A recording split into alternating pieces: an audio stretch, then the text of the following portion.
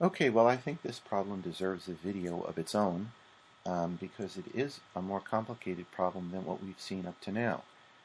We're given a diagram, and how many lines are intersecting in this diagram? We've got 1, 2, 3, 4 lines. Okay, we've got 4 lines. Count them, make sure you can see all 4 lines, all intersecting in the same point. And then we've got a total of how many angles are created by this? 1, 2, 3, 4 above the line, and then 1, 2, 3, 4 below the line. We've got 8 different angles here. Well, what information are we given about these 8 angles? Well, we're given the measure of 2 of the angles. We're told that this angle here is 51. The angle sort of up to the right of it, a few angles away, is 29. We are also told that these 2 angles are equal. Okay, we've got the symbol of an angle sign with a notch in each one of them, suggesting that they are equal to each other. And then the angle we're told to solve for, or x, is on the bottom here. So, and we're not told anything about 3 of these other angles. We've just got blank spaces there. So obviously we're going to have to fill something in, and we're going to have to eventually solve for x. So when you see a very complicated problem like this, the first thing you've got to do is just sort of determine what do you know, what don't you know, and what are you looking to solve for, which is what we've sort of just done. Now, very often you will not be able to immediately solve for x. You will have to do some intermediate work, and you'll have to use that intermediate work to then help you solve for x. So where do we start? Well, we start wherever we think we can fill in some information, okay? Even if we're not going to actually discover x in our first step, we've got to look at this problem and figure out which angles can we solve for, and then as we keep solving, eventually maybe we'll be able to figure out what x is. So we don't always start with the angle that we're looking for. So what in this illustration or in this diagram can we figure out? What can we actually fill in here? Well, let's start by asking ourselves the question, what set of angles do we have more information about?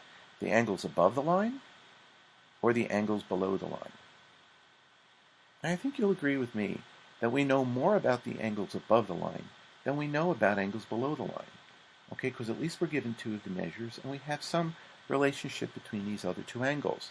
So even though the angle we're looking for is below the line, let's start above the line and let's see what we can figure out and how far we can get. Well, one of the important things to observe is that all 4 of these angles, when added together, give us a straight line or give us a straight angle. Okay, that's very important because we know that the measure of a straight angle is 180 degrees. Okay, so we know that let me just kind of call this 1, angle 2, angle 3, and angle 4 out here so we know which angles we're talking about. We know that the measure of angle 1 plus the measure of angle 2 plus the measure of angle 3 plus the measure of angle 4 is going to add up to 180 degrees. Okay. Well, we can fill in the measure of angles 1 and 4 because we're given them. The measure of angle 4 is 51. The measure of angle 1 is 51. The measure of angle 4 is 29. What about the other 2, the measure of angle 2 and the measure of angle 3? Well, we don't know what their measures are, but we do know something about them. We know they're equal to each other. So let's call them at the moment y. Okay, so let's create a new variable y, and let y equal the measure of angle 2 and the measure of angle 3. And we know the sum of these 3 equals 180.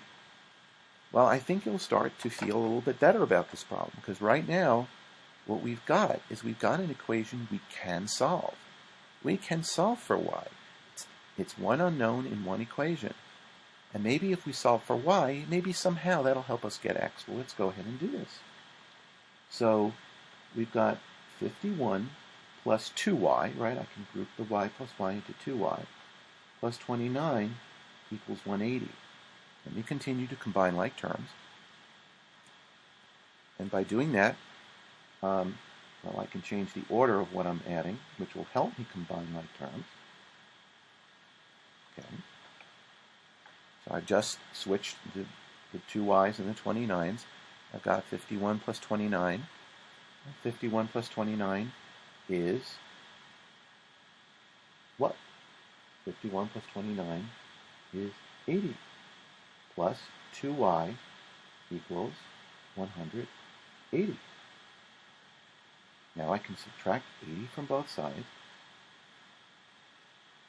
and I get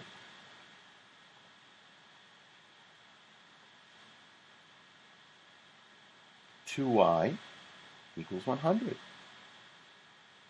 Divide both sides by 2, I get y equals 50.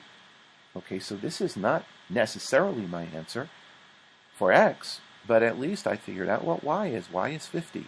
Let's go back to our diagram here, and let's put 50 in for y. We know this is 50, and we know this is 50 degrees. Okay, so now we know the size of every angle above the line. Well, we said that maybe that could help us finding x. Is there any way that we can use this information to find x? Well, we can. And it turns out that I'm going to draw a slightly simpler part of the diagram from the diagram that's above. We have this horizontal line. Oops, actually that won't make it simpler. Let me make it simpler this way. We've got a vertical line. And then we've got this line that's sort of on a slant, right? I'm leaving out the other lines here. We know that this is one of our y's, y equals 50 degrees. And we know that this is our x. Well, they're equal, aren't they? Because they're vertical angles. Okay, so this angle here, angle 3, is equal to x. So the measure of angle 3 equals the measure of angle x, and therefore x is equal to 50. X is equal to 50. We've solved that problem. Now we did it by first filling in the angles that were easier to find, and then figuring out how that could help us with finding x.